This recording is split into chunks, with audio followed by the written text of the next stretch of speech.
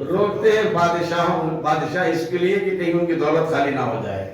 لیکن محبوب الہی فرماتے ہیں میں بادشاہوں کو روکتا ہوں اور فقیروں کو بلاتا ہوں اور میں نوازتا ہوں. یہ محبوب الہی کا انداز. تو ہر وقت ذرا کان بھرنے والے رہتے ہیں. شیطان ہر ایک وسوسہ ڈالتا ہے, سب اچھے رہتے ہیں, کہیں نہ کہیں وسوسہ ڈالتا ہوں. خیر یہ اور بات ہے, وسوسے کی دنیا میں چند دن رہتے ہیں, چند مہینے, چند سال رہتے ہیں, پھر جب عقل ٹھکانے آتی ہے تو پھر وہ چیز یاد آتی ہے. اسی طرح حضرت محبوب الہی رحمۃ اللہ تعالیٰ علیہ کا لنگر بہت مشہور تھا, بہت مشہور تھا. اس لنگر کے لیے علاؤ الدین خلجی کے دربار سے پیسہ آیا کرتا تھا. لنگر چلانے کے لیے علاؤ الدین خلجی کے دربار سے پیسہ آتا تھا. کئی دن لنگر چلا, کان بھرنے والے بادشاہ کو ایک دن کان بھرے, چند وزیرہ مل کر کیا بھرے, اے بادشاہ پیسہ تمہارا, حکومت تمہاری, بادشاہ آپ ہیں, لنگر کے لیے پیسہ دے رہے ہیں, اتنا لنگر لوٹ رہا ہے اس پیسے سے, نام محبوب الہی کا ہو رہا ہے, تمہارا نام و نشان کہیں تک بھی نہیں ہے, تمہارا نام و نشان کہیں تک بھی نہیں ہے. بادشاہ سنتا سنتا سنتا ایک دن آرڈر پاس کرا ہوتا, سٹاپ, چندہ دینا سٹاپ کر ڈالو, چندہ دینا سٹاپ کر ڈالو. اب حکومت سے چندہ فوراً بند ہو جاتا, لنگر کھانے میں کچھ بھی میسر نہیں رہتا, لنگر تیار نہیں ہوتا. تو علماء آ کر محبوب الہی سے کہتے ہیں حضور آج لنگر کی تیاری میں بہت کٹھنائی ہو رہی, کیا ہو گیا؟ بادشاہ کا اس طرح اعلان ہوا ہے, وہاں سے جو پیسہ آیا کرتا تھا روک دیا گیا ہے. ایک جلال میں آ جاتے ہیں, جتنا لنگر چلتا تھا آج سے اس سے ڈبل لنگر کروا دو. بادشاہ کے پیسے سے جتنا لنگر چلتا تھا آج سے ڈبل لنگر بنا ڈالو. اب علماء سن لیے کہاں سے کرتے ہیں, سنگل لنگر چلانے پیسے نہیں تو ڈبل لنگر کہاں سے کریں گے. بولتے جلال حضور کوئی بھی مالی آمدنی نہیں ہے کہ لنگر جائے. تو محبوب الہی فرماتے ہیں اب مسلح اٹھاتے ہیں, مسلح اٹھاتے ہیں, جتنا پیسہ چاہیے وہ مسلح سے لے لو اور روز لنگر چلاؤ. ایک مرشد تھے, مسلح اٹھاتے ہیں تو شکر آتی ہے, مرشد مسلح اٹھاتے ہیں تو شکر نکل آتی ہے. یہاں مرید مسلح اٹھاتے ہیں تو دولت نکل جاتی ہے. تو دولت سے اتنا لنگر چلا, اتنا لنگر چلا, اس کا اندازہ لگاؤ تقریباً 12 بنڈی میں, بیل گاڑی میں پیاز کا چھلکا جاتا تھا سٹنے کے واسطے. کیا جاتا تھا روزانہ 12 بنڈی میں فل لوڈڈ پیاز کا چھلکا جاتا تھا. تو کتنی پیاز استعمال ہوئی رہے گی اور کتنا پکوان بنا رہے گا, بادشاہ حیران اور پریشان ہو جاتا. لیکن محبوب الہی کی جلالی کا عالم یہ ہو جاتا ہے, یہ جو نگاہ خلجی پر بنائے رکھی تھی وہ نگاہ کو ہٹا لیتے. دیکھو بزرگوں سے چھیڑنا اچھی بات نہیں ہے. وہ کیا دیتے ہیں, کیسا لیتے ہیں, کہاں سے دولت آتی ہے, دولت سمجھتا ہے بادشاہ میری طاقت سے آ رہی ہے, لیکن ایک فقیر کی دعا سے مل رہی تھی, انہیں پتہ نہیں تھا. لیکن جس پر جیسے ہی نظر ادھر ہٹا دیے, وہ لنگر کو پیسہ بند کیا, ادھر خلجی کا پیشاب بند ہو گیا. علاؤ الدین خلجی کا پیشاب بند ہو گیا. اس وقت کے بڑے بڑے حکیمہ, یہ متحدہ اکھنڈ بھارت تھا, پاکستان, سری لنکا, بنگلہ دیش, ہندوستان, سب ایک چیز تھی.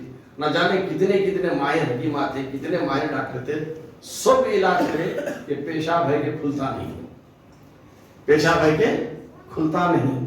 پریشان, کسی کا پیشاب بند ہو جائے تو اس کی حالت دیکھو کیا ہوتی, پریشر اوپر پڑ جاتا, دل کو فورس پڑ جاتا, ہو سکتا ہارٹ اٹیک بھی ہو جائے. جہاں کڈنی فیل ہو جاتے ہیں تو پریشر ہارٹ پر پڑتا ہے تو اس کا آخری وقت ہو جاتا ہے. اب موت کے عالم سے خلجی گزر رہا ہے, ماں کو بیٹے کی حالت دیکھی نہیں. ماں ہوتی ہے, بیٹا کتنا بھی بدبخت کیوں نہ ہو لیکن ماں ہوتی ہے. ماں فوراً دوڑی چلی آئی خانقاہ محبوب الہی پر اور قدموں میں سر رکھ دی. فرمائی اے سرکار میرے بیٹے کی حالت بہت بری ہے, وہ موت کی لڑی میں لڑ رہا ہے, اس پر نگاہ کرم فرمائیے. تو محبوب الہی فرماتے ہیں ایک شرط پر اس کا پیشاب جاری کروں گا. جس کے پیشاب کو محبوب الہی روک دیں, دنیا کا کوئی ڈاکٹر اسے چالو نہیں کر سکا, تو فقیر کی قوت کیا ہے دکھاؤ. تو اب ایک شرط پر آپ کی ہزاروں شرطیں مجھے قبول ہے، بتائیے. کچھ بھی نہیں، صرف ایک شرط. کیا شرط؟ جا تیرے بیٹے سے کاغذ کے ٹکڑے پر لکھوا کر لے کر آ کہ ساری سلطنت میں محبوب الہی کو سونپ رہا ہوں. ساری سلطنت محبوب الہی کو سونپ رہا ہوں. ماں اٹھی، دوڑی دوڑی دوڑی دربار میں آئی، جہاں لیٹا ہوا تھا بے چینی کے عالم میں، ادھر سے ادھر منڈی پٹک رہا تھا خلجی. تو فرمایا بیٹا میں دربار محبوب الہی کے پاس گئی تھی، شرف ملاقات ہوئی. انہوں نے کہا تیرا یہ پیشاب کی جو بیماری ہے رک گئی ہے، اسے فوراً جاری کر دیں گے، لیکن ایک شرط ہے. اے ماں ایک نہیں ہزاروں شرطیں نظام الدین کی مجھے پسند ہیں. کیا کہتے ہیں وہ بول. بس انہوں نے یہی کہا کہ کاغذ کے ٹکڑے پر تو اتنا لکھ کر سگنیچر سیل کر کے ڈال دے کہ ساری سلطنت میں نظام الدین کو سونپ رہا ہوں. تو نظام الدین مرتا کرتا کیا، دولت لے کر کے لیا، فوراً میری ساری سلطنت نظام الدین محبوب الہی کو میں سونپ رہا ہوں. سائن کرا، سگنیچر ڈال دینا، سیل ڈال دینا. ماں دوڑی ہوئی آئی، کاغذ کا ٹکڑا محبوب الہی کے پاس لائی. محبوب الہی اس کاغذ کے ٹکڑے کو دیکھا اور ہاتھ میں لیا، چار پر چندا کر پھینک ڈالے. پریشان لوگ، حضرت پھاڑنا تھا تو لکھوائی نہیں کیوں؟ اب جب لکھا کو لے کر آئی تو پھاڑے گئی. مطلب یہ ہے میں دنیا کا ہوس نہیں ہوں، مجھے میرے سامنے دنیا پرزا پرزا ہے. جیسے ہی ادھر پھاڑا، صرف ایک امتحان لینا چاہا تھا علاؤ الدین خلجی کا. اس نے قربان کر دی تھی دنیا کی دولت محبوب الہی کے قدموں پر. پھر ایک نگاہ تبسم فرماتے ہیں کہ پھر پیشاب جاری ہو جاتا ہے. پھر یہ ہونا تھا کہ پھر اس کے بعد لنگر کو پھر دینے کو آمدہ ہو جاتا ہے. محبوب الہی فرماتے ہیں فقیر وہ نہیں کہ لنگروں کو ہو جائے، بادشاہ نے وقت کا خزانہ برباد ہو جائے تو فقیروں کا لنگر شروع ہوتا ہے. جہاں سے تمہاری حد انتہا ختم ہو جاتی ہے، فقیروں کی دنیا وہاں سے شروع ہوتی ہے. یہ محبوب الہی کا لنگر کا واقعہ ہے. ایک عورت، دہلی میں ندی ہے، کون سی ندی؟ جمنا. سارے لوگ جمنا ندی کا پانی پیا کرتے تھے، لیکن ایک جمنا ندی کے اس پار ایک کنواں تھا جو کھارا پانی تھا. ایک عورت پل پار کر کے اس کنویں سے پانی لے کر جاتی، اپنے شوہر بیوی بچوں کو اس پانی سے کھلانا پلانا نہلانا سب استعمال کرتی تھی. محبوب الہی رحمۃ اللہ تعالی ایک دن اس سے پوچھ بیٹھے اے بیٹی کیا بات ہے، سب تو جمنا کا پانی پیتے ہیں جو میٹھا ہے، تو اس باولی کا کھارا پانی پیتی ہے، اس کی وجہ کیا ہے؟ بولتے ہیں میرے شوہر کی آمدنی اتنی نہیں ہے. اے سرکار محبوب الہی میرے شوہر کی آمدنی اتنی نہیں ہے، مشکل سے اس کی آمدنی میں ہمارا گزارا ہوتا ہے. میں کھارا پانی اس لیے استعمال کرتی ہوں کہ تھوڑا سا کھا لے تو پیٹ بھر جاتا ہے اور بھوک نہیں لگتی. تھوڑا سا میرے کھلانے کے لیے میرے بچوں کو زیادہ نہیں ہے، دینے کے لیے میرے شوہر کے پاس زیادہ نہیں ہے. بہت محتاط کی زندگی ہم گزار رہے ہیں، اسی لیے اگر میٹھا پانی پی لو تو فوراً ہضم ہو جاتا ہے، پھر بھوک لگتی ہے، زیادہ کھایا جاتا ہے، تو ہمارے اس لیے ہوا نہیں کرتا. تو محبوب الہی فوراً فرماتے ہیں اے بیٹی آج سے تیرا ماہانہ خرچ لنگر کا خانقاہ سے ادا کیا جائے گا. یہ تھے محبوب الہی، یہ تھے بزرگان دین. لنگر کو بہت بڑی اہمیت دی ہے اور اس کا فیض اللہ تعالیٰ ہی جانتا ہے کہ لنگروں کا کیا بڑا بلند مقام عطا ہوتا ہے. پھر آگے چلیے خانقاہ میں ایک ایسے ایک دن حضرت محبوب الہی بیمار ہو گیا، سخت بیمار، دوائی کچھ کام نہیں کر رہی. طرح طرح کے حکیموں نے آئے، اپنے اپنے مرید آئے، سب دوائی دی ہے، لیکن بیماری ہے کہ اثر نہیں کر رہی. لیکن اسی وقت دلی میں ایک سادھو تھا غیر قوم کا، وہ اتنا مشہور تھا، اس کے جو بھی پڑھائی تھی وہ پڑھ کر جب دم کر دیتا تو کون سی بھی بیماری رہتے فوراً رفو چکر ہو جاتی تھی. بہت مشہور ہو گیا تھا. اب آخر ڈرتے ڈرتے ڈرتے سارے مریدین بولے حضور ساری دوائیاں تو ٹرائی کر رہا نہیں، موت سے بچنا ہے تو حرام چیز بھی اختیار کرنا ہے شرعاً، تو لہٰذا اس سادھو کے پاس جا کر ہم دم کیوں نہیں کرا لیتے. تو محبوب الہی تھوڑا مراقبہ کرتے ہیں، بولتے فوراً ہاں چلیے اس کے پاس چلیں گے، فوراً اس کے پاس چلیں گے. تو محبوب الہی اپنے مریدوں کے ہمراہ اس سادھو کے پاس چلے جاتے ہیں جہاں وہ بیٹھا ہوتا ہے اور اپنی بیماری کا عرض کرتے ہیں. وہ کچھ پڑھتا ہے اور دم کرتا ہے، دم کرتے ہی فوراً شفا حاصل ہو جاتی ہے، فوراً شفا مل جاتی ہے محبوب الہی کو. محبوب الہی فرماتے ہیں اے سادھو سنت بتا تو نے ایسا کیا عمل کر رہا ہے جس کی وجہ سے اللہ تعالیٰ تیری زبان میں اتنی تاثیر دی ہے؟ تو فرماتا ہے میں کچھ بھی نہیں، میں اپنے نفس کی خلاف ورزی کرتا ہوں. اگر میرا نفس بولے کہ ٹھنڈا پانی پینا تو میں ٹھنڈا نہیں گرم پانی پیتا ہوں. میرا نفس اگر کہے کہ بریانی کھانا نہیں، میں خالی سیدھا سادہ چاول کھاتا ہوں. یعنی نفس جو بولتا ہوں میں اس کے خلاف کرتا ہوں. بس اتنا بولنا تھا. محبوب الہی اٹھے، اس کے کان میں کچھ بولے. جیسے اس کے کان میں کچھ بولے قدموں پر فوراً گرا اشہد ان لا الہ الا اللہ واشہد ان محمد عبدہ ورسولہ پڑھ کر مسلمان ہو گیا. بظاہر بیمار وہ تھا، کفر کی بیماری اسے تھی. کفر کی بیماری سے ایمان کی صحت مندی کے لیے محبوب الہی وہاں گئے تھے. اب مریدوں نے پوچھا حضور آپ نے ایسا اس کے کان میں کیا کہہ دیا جو فوراً کلمہ پڑھ کر آپ کے قدموں پر گر گیا؟ میں نے بس اتنا کہا اسلام پاکیزہ اور سچا مذہب ہے، اسے اختیار کر لے. اب دل اس کے خلاف کرنا نا، نہیں کر بولا تو مرتبہ کھو جاتا اور مان گیا تو کیا ہوتا؟ مقام پا لیا. بس اولیاء کا اتنی وسیع نظر رکھنے والے تھے کہ فوراً اسلام اس نے قبول کر لیا. یہ کمال محبوب الہی رحمۃ اللہ تعالیٰ کا تھا. پھر آگے چلیے، وہ واقعہ تو بہت مشہور ہے، بچہ بھی جانتا ہے، جوتی کا واقعہ. حضرت محبوب الہی رحمۃ اللہ تعالیٰ محفل سما کے بہت شوقین تھے. محفل سما کے اس وقت آداب تھے. کیا آداب تھے؟ سنانے والے کے چہرے پر سنت مصطفیٰ صلی اللہ تعالیٰ علیہ وسلم ہو، اور وہ 5 وقتہ نمازی بھی ہو.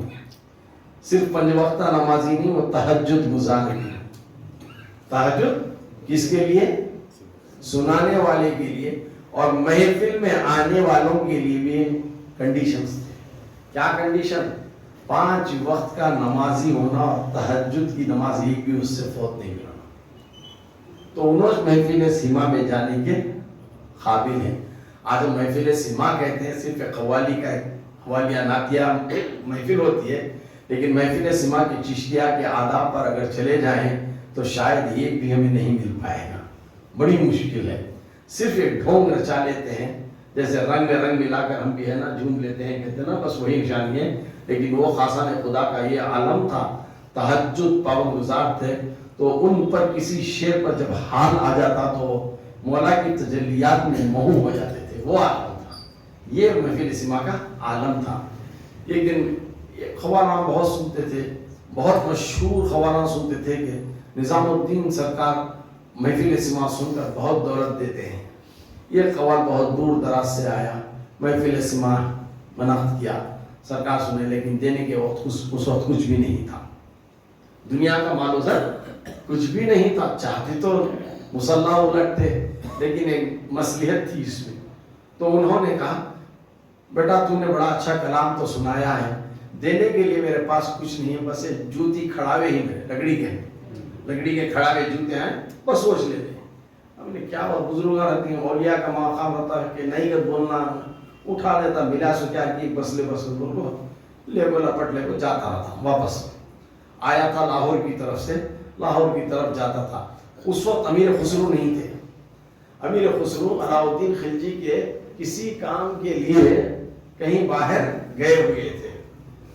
واپس وہ لاہور سے جب آ رہے تھے، امیر خسرو رحمۃ اللہ تعالیٰ علیہ کو راستے میں اپنے مرشد کی خوشبو محسوس ہوئی.